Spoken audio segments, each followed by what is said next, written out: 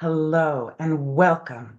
I am your host of What Are You Reading? What Are You Writing? Author Karen E. Osborne. I have 5 novels out. The latest is Justice for Emerson. I am so glad that you're here. This is a space for readers and writers to come together and talk about books. So today you get to meet Jimmy Deas. Did I pronounce your last name correctly, Jimmy? D's, just like P's, but change the P to a D. Just like peas. I think you've told people that one more than once. Yes, often if, of course, in Florida, you live in Florida as well, and here in Florida, and I'm, my skin is rather tan. People want to pronounce it Diaz. They want to make it Hispanic, and actually, D's is Scottish. With Scottish, okay. Yes. Hmm. Ah, Deas, just like peas. Yes. Well, we're going to talk today about more than one book, but one of them is called Let Me Tell You a Story. And I'll tell you how it was described. And then Jimmy's going to show us the cover of the beautiful book. This is how it's described.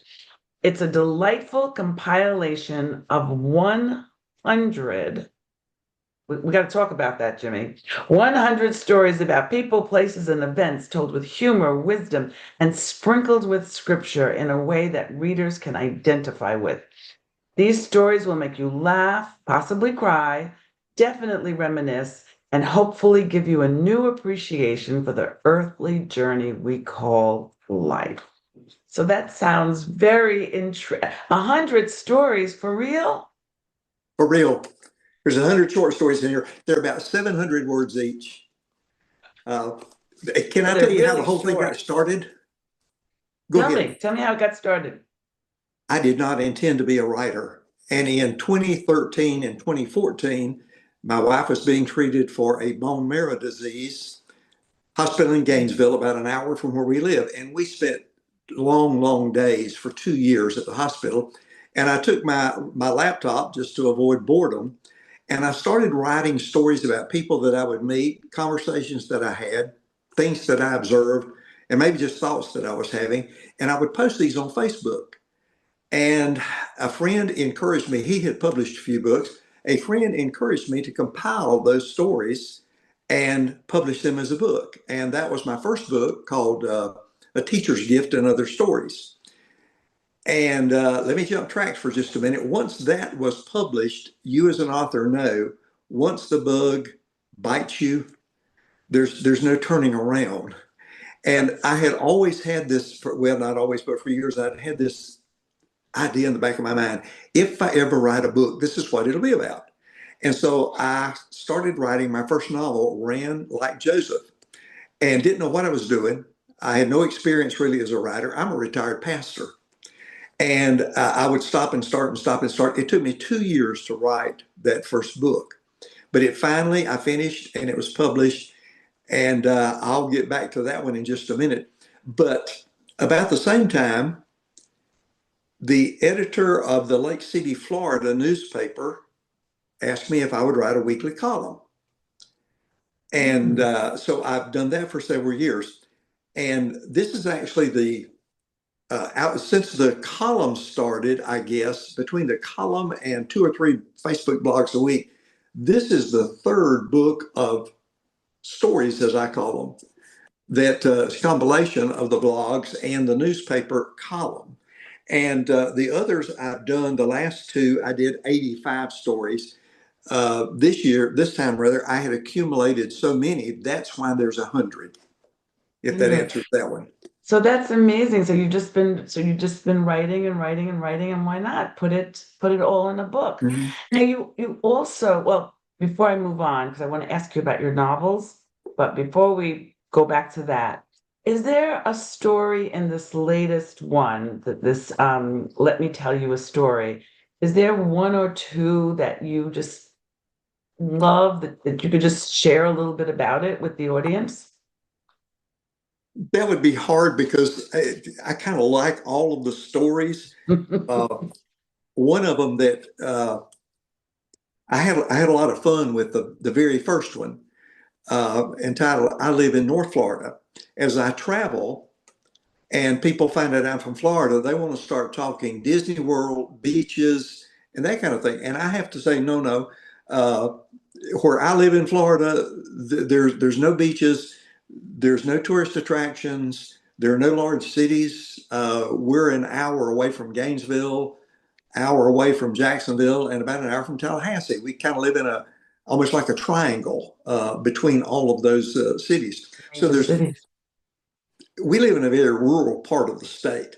And Mm. so I have a lot of fun with in that one. I wrote an article a few years ago and I put it in this book about I live in North Florida and how different we are than the rest of the state of Florida. My Mm. part of Florida is so much different, Karen, than your part of Florida. And if you've ever traveled up 75, you ever drive up I-75 going to Mm. Georgia? Well, when you come to the intersection of I-75 and I-10, we live about 25 miles west of there. And so, a very rural area. There's uh, one particular story in here that I actually wrote for the newspaper and put it in here as well. And the title of the story is Jesus Kind of People. And my diving board, so to speak, what puts me into it, when I was a young couple, a young pastor rather, a couple moved in our small community where I pastored. And they were kind of rough around the edges. They bought a store down by a large lake that sold stuff for fishermen that were going out to fish. The store sold beer and things like that. And as a young pastor, I went to visit anybody who came to town and tried to make them Mm. feel welcome and invite them to church. And so I went and visited this couple. And again, rough around the edges may be a mild description of that couple. But I went to visit them, invited them to church. Well, when word got out that I did, unfortunately, and there's always folks like this, bless their hearts, some of my church members criticized me. And their comment was, they're not our kind of people. Mm. And, Not I very look at it Christian of from, them. Not very ma'am, Christian of them. well, I look at it from Jesus' perspective, and Jesus associated with some very unsavory characters during his ministry, but for a purpose. There was always that purpose there, but he did not let their behavior, their background, what they had done, that didn't stop him. And so I moved on and wrote an article about that. And the same thing happened a number of years later. I was preaching a revival in a town, and we were talking. I was talking to some church leadership. I was pastoring a much larger church at the time than the church where I was doing a revival, and so they were trying to draw out from me my ideas about how can we grow our church, reach our community. And so I was sharing with them, and I said, "Why don't you start with the area directly behind your church? They're not our kind of people." And that's unfortunate. But anyway, the whole point of the article is, and this is the point that I try to make, uh, what we need to do is look through the eyes of Jesus and what were his kind of people. I And love that. the I will read the last paragraph. What kind of people are Jesus kind of people? He summed it up when he said, "For the Son of Man has come to save that which was lost." And according to the Bible, we're all in that category there. And so the logical conclusion then is that all people are Jesus kind of people. And when we start looking at people as Jesus does, it will change our perception of who is our kind of people. I So that love that was kind of that. special to You me. gave me little And then, goosebumps. well, uh, the stories that I write, and I wrote one today. It was kind of funny. I was watching something on TV uh, the other night, and the idea popped into my head. Leaders, in some cultures still they have there's great respect for the elders, and I certainly am in that category. I'm a septuagenarian myself now, but this is a wild idea popped into my mind. And I wrote a comical thing today about since I'm the oldest left of my siblings, uh, and they kind of refer to me sometimes as the elder of the family, my three younger sisters. I wrote this very, very humorous thing today, had a lot of fun with it about, okay, I will be the elder, but what kind of ceremony are we going to have? And are you going to give me a medallion to wear and things like that? And I posted that this morning and it's already had almost 1,400 views on Facebook today. But some of the stuff I write is absolutely silly, but several people commented on that. Thank you that I started my day with a smile or a laugh. And if I can do that, I feel like I've accomplished something.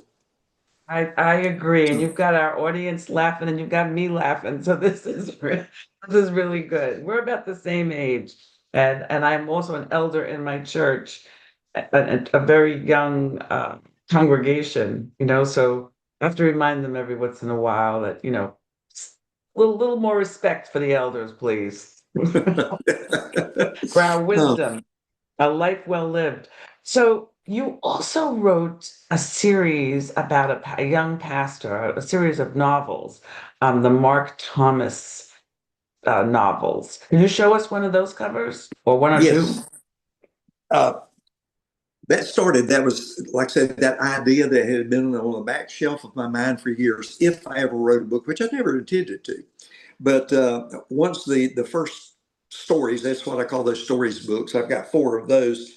Once the first one was published, then it gave me a little bit of courage, and I thought, well, I will try to write that novel. And again, it took 2 years because I didn't know what I was doing. But I finally finished it, called Ran Like Joseph. And Nice. once it was published, okay, I got it out of my system. It was off my shoulders, over and done with. And as an author, you probably have learned this as well. You put your contact information on that last page, your little bio and your contact information. People started contacting me. When are you going to write a sequel? And so I gave it some thought and some prayer. And then I realized at that point, now the first novel, I didn't really invent anybody. I wrote about, now I changed them around. I changed enough of it so nobody could say, oh, I know who you're talking about. But I wrote about people that I knew growing up and that kind of thing. And so as I faced the challenge of could I write a second novel, I realized, Karen, in almost 40 years of full-time ministry, I had met so many people, been in so many situations, dealt with so many problems, done all kinds of counseling. I didn't have to invent. So Anybody. I took some of that, and again, I tweaked it, and I wrote the second novel, Just Have Faith. I made that pastor. I moved him to another town and another church, and I wrote the second novel. Okay, over and done with. I have satisfied those folks. When are you going to write a sequel?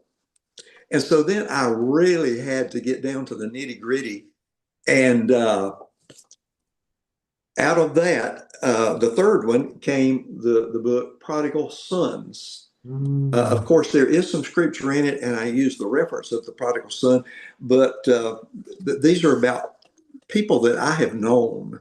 Now, again, I tweaked, but people that I've known, and whether we like to admit it or talk about it or not, every family has what is sometimes referred to as the prodigal son or the black sheep of the family. We all have that, and so these are characters that my Baptist pastor, main character, he deals with.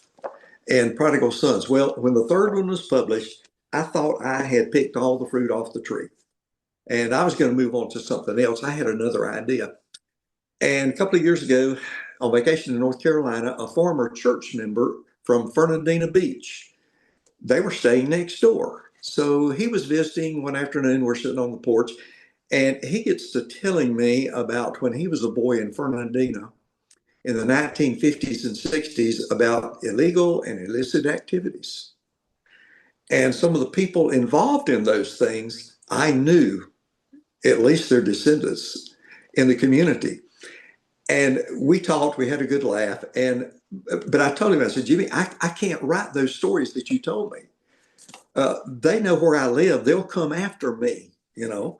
Uh, but anyway, a couple of weeks later, the wheels started to turn, and I thought, well, you know what? I can take the gist of what he talked about and write a novel. And I really, this is the one I'm most proud of. This is the fourth, Ripples. And the title of it comes from a statement that my friend made that day. The analogy, and we've all used it. We're very used to it. You toss the rock or the pebble in the water, and the ripples start. I've used that so many times as a pastor. And the truth is, Karen, once we release the pebble, we no longer have control. Then the pebble is going to create the ripples, and we can't tell the ripples when to stop. They're going to go to their natural conclusion. And the more that one little comment he made about the ripples and then the stories that he told. And so I started looking for some background stuff, and I found these two quotes. One is anonymous, and I put them in the front of the book. Every single thought and every single action creates a ripple effect. Be careful. That's anonymous. Mhm. Now, the Dalai Lama said, just as ripples spread out when a single pebble is dropped into water, the actions of individuals can have far reaching effects. And so, Mhm. Ripples, the fourth novel, and I'm working on a fifth, but it has really been a lot of research in it, and I may mention that if you want me to. But this fourth book in the Mark Thomas series, Ripples, it's about five people who four have done something in their past that created the ripples still affecting their lives. The fifth character, his is a current involvement. He gets caught up in illegal activity, and if he's caught, he's facing some serious prison time. And so Mhm. when he, of course, like most people that get into this, when he first got into it, he could not foresee the ripples that he was creating. Now, all ripples are not bad. You know, we Oh, can do because my life has been so blessed by people who did something for me and the ripples that they created. What I am today, uh, I'm basically a product. A lot of what I am is a product of people who did something in my past that was a benefit, a blessing in some way, and the ripples are still working there, so to speak. yeah. I don't have a copy of my of the first stories book that I put together that my friend encouraged me to. But the title of it is A Teacher's Gift and Other Stories. My math, algebra, trig, geometry teacher in high school, I was convinced that she hated me. Hmm. She stayed on my case all the time. And the reason being, she knew I wasn't doing my best. Uh, I graduated, she taught me in school, she taught me in Sunday school. I couldn't get away from her. Well, when I graduated with my first seminary degree, I had been out of her classroom maybe 18 years. And I got a card one day, and I won't tell the whole story, but just let me say we kind of were in a little bit of a financial bind. I was in my first church, salary wasn't that great. I had to go spend a week in Jacksonville for graduation exercises, and we had saved up $25 for me to buy lunch. That's when you could buy lunch at a Woolworths counter for about $2.50 to $3. And we had saved up that $25, and then our car radiator sprung a leak. And so there went my lunch money. And when I took the day I took my radiator to the shop to be repaired, on the way home, I stopped by the post office and I had a graduation card from Miss Shiver.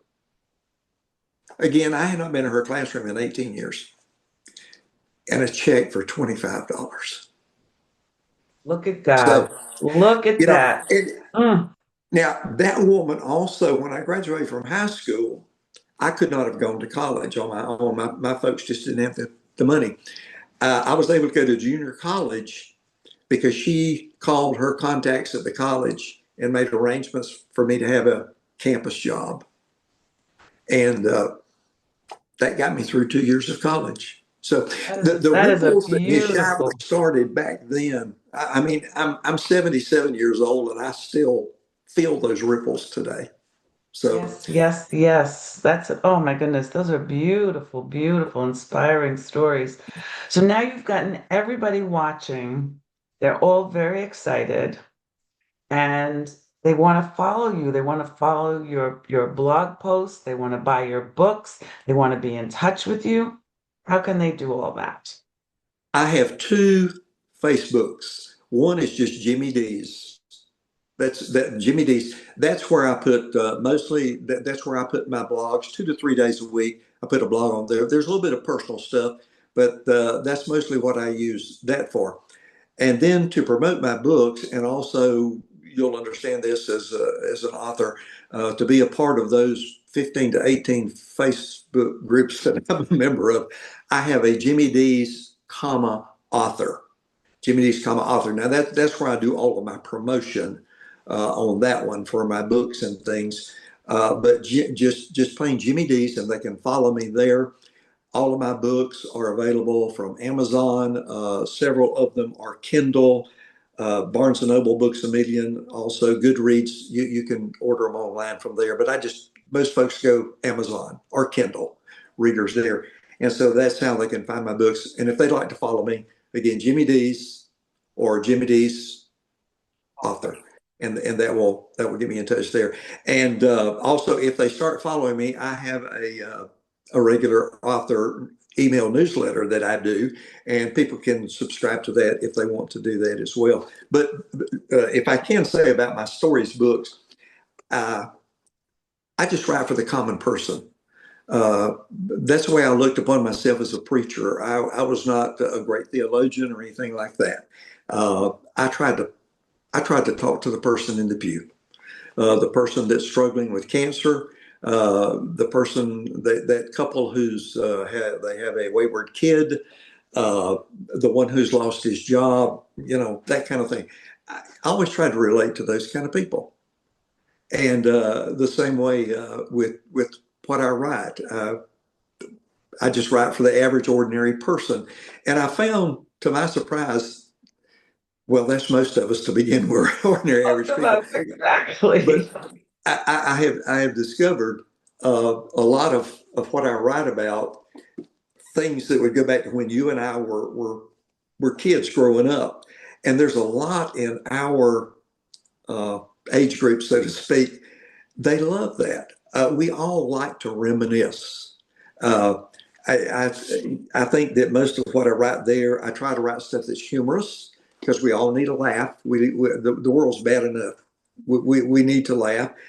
Some of it is poignant. Some of it is nostalgic. Some of it is entertaining.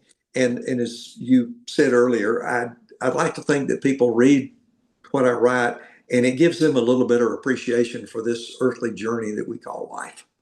That's wonderful, Jimmy. Thank you so much. Thank you for coming on. I really appreciate it. Thank all of you for watching. I hope that you will go and follow Jimmy, that you will buy his books, that you will write reviews. We love it when you write reviews, as you Yes, know. And yes. when you do get in touch with him, please tell him that you met him on What Are You Reading? What Are You Writing? Have a great week, everybody, and I'll see you next time. Bye. Bye, Jimmy. Bye bye.